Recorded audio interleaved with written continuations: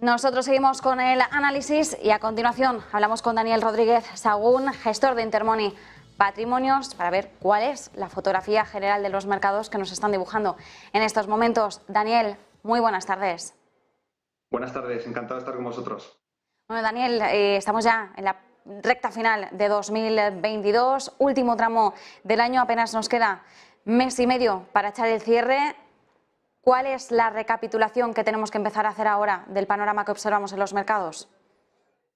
Sí, en primer lugar, el año está dominado y tiene pinta de que va a seguir en la misma línea, principalmente por la macroeconomía. Si nos damos cuenta, en las palabras de los analistas y los informes, cada vez aparece menos la palabra fundamental, y por tanto este tipo de aproximaciones, que en el largo plazo tienen mucho sentido, pues han pasado a un segundo plano. Y lo importante es que sigamos monitorizando las grandes magnitudes macroeconómicas, como lo venimos haciendo hasta ahora, como son la inflación y los tipos de interés, que hablaremos un poquito más adelante, y tener muy clara cuál es la relación de cada tipo de activo con cada magnitud económica y cuáles son los activos adecuados en cada escenario, ¿no? Nosotros tenemos nuestro propio escenario y tenemos una serie de activos que favorecemos sobre otros. Bueno, y mientras tanto también, poniendo el foco en 2023, hay cada vez más voces que apuntan a que la renta fija va a tener su momento estrella el año que viene. ¿Compartís esa visión? Y sobre todo, si la renta fija va a gozar de una buena perspectiva, ¿cuál es el panorama que se dibuja para la renta variable?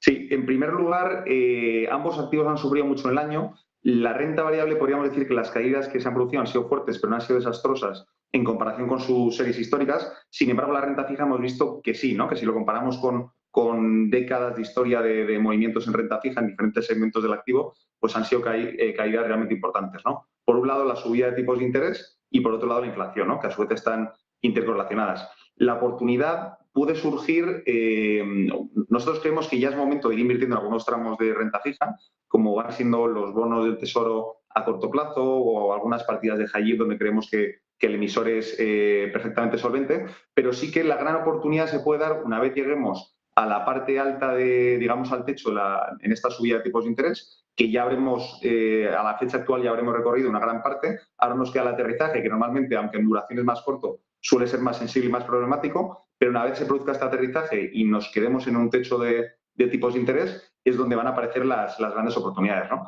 Y estas oportunidades se pueden canalizar o bien a través de bonos soberanos, a través de bonos corporativos desarrollados o a través de bonos soberanos y corporativos emergentes, ¿no? La renta variable va a tener otro timing, es decir, cuando lleguemos a un techo de los tipos de interés, será interesante, sobre todo si la inflación se ha controlado, invertir en activos de renta fija, especialmente porque los bancos centrales son los principales interesados en volver a bajar los tipos de interés, ¿no? Al final, con unos tipos de deuda tan elevados, el repago tan costoso de la deuda pues va a motivar a que en cuanto sea posible vuelvan a bajar los tipos de interés. La renta variable, cuando se produzca este escenario, tendrá un camino diferente y va a depender mucho de qué haya pasado los beneficios después de esta subida de tipos de interés y cómo se haya, digamos, traducido eso en la parte de demanda, ¿no? Entonces, por un lado, va a estar más claro que es un momento de entrar en tipos de interés a medida que vayamos aproximándonos al techo. Nosotros creemos que ya nos estamos aproximando. En la parte de renta variable, una vez lleguemos a este punto, habrá que ver qué ha pasado con los beneficios, cuáles son las perspectivas y la decisión de invertir, mantenernos neutrales o desinvertir puede ser muy diferente al caso de la renta fija, ¿no? Entonces yo separaría los dos activos en dos categorías y dos escenarios distintos. Daniel, mientras tanto también estamos viendo cómo seguimos con algunas incertidumbres sobre la mesa, inflación, actuación de los bancos centrales, por supuesto también dónde queda el conflicto bélico, o al menos en las expectativas del mercado. ¿Qué podríamos esperar de los mercados si realmente viéramos que empieza a haber un acercamiento hacia esas negociaciones de paz? Sí, bueno, en primer lugar, y esto también hace que sea mucho más complicado hacer proyecciones en el plano económico en la región europea, en Europa somos mucho más dependientes, no solo por proximidad geográfica al conflicto, sino también por la dependencia que tenemos en la demanda externa y por lo dependientes que somos en cuanto a materias primas y recursos energéticos, ¿no? Entonces, en este sentido, el principal beneficiario de un acercamiento, una pacificación del conflicto sería Europa, ¿no? Y por tanto los activos europeos. En este sentido, creo que los activos globales de riesgo en general lo recogerían de forma positiva, pero las bolsas europeas, sin duda, y probablemente las que han estado más denostadas, como son los segmentos de small caps, mid caps, las compañías más pequeñas, pues serían las primeras beneficiarias y las que subirían con mayor fuerza, ¿no? Al menos en un primer momento cuando se conocieran las noticias. Mientras tanto, ¿dónde estáis poniendo el foco vosotros en clave de inversión en Intermoney Patrimonios? ¿Qué es lo que estáis recomendando ahora mismo también?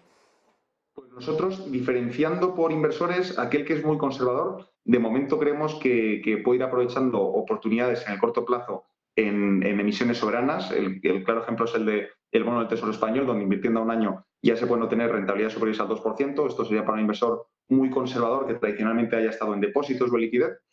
Y para el inversor que está dispuesto a asumir algo más de riesgo, nosotros abogamos por invertir en unos tramos un poquito más arreglados de renta fija, como es high yield, y además de high yield en deuda subordinada financiera, que puede ser tanto de alta calidad crediticia como de calidad crediticia intermedia-baja. Creemos que hay emisiones donde se obtienen rentabilidades por encima del 7%, entre el 7 y el 10%, sin incurrir en compañías que tengan problemas para hacer repago. De hecho, hemos visto en la parte de deuda subordinada financiera emisiones de bancos, incluso nacionales, que tienen una solvencia muy elevada y una perfecta capacidad de repago y ninguna necesidad de refinanciarse en el mercado, con rentabilidades de aquí a 5 años en torno al 7, 8, 9%, ¿no? Entonces, high yield creemos que ya hay una buena oportunidad para ir entrando al mercado y, sin embargo, en la parte de renta variable somos un poco más cautos, pero sí que creemos que se está gestando una oportunidad que va a depender de un catalizador, que es la inversión en los países emergentes, ya que se está produciendo un ajuste de las valoraciones donde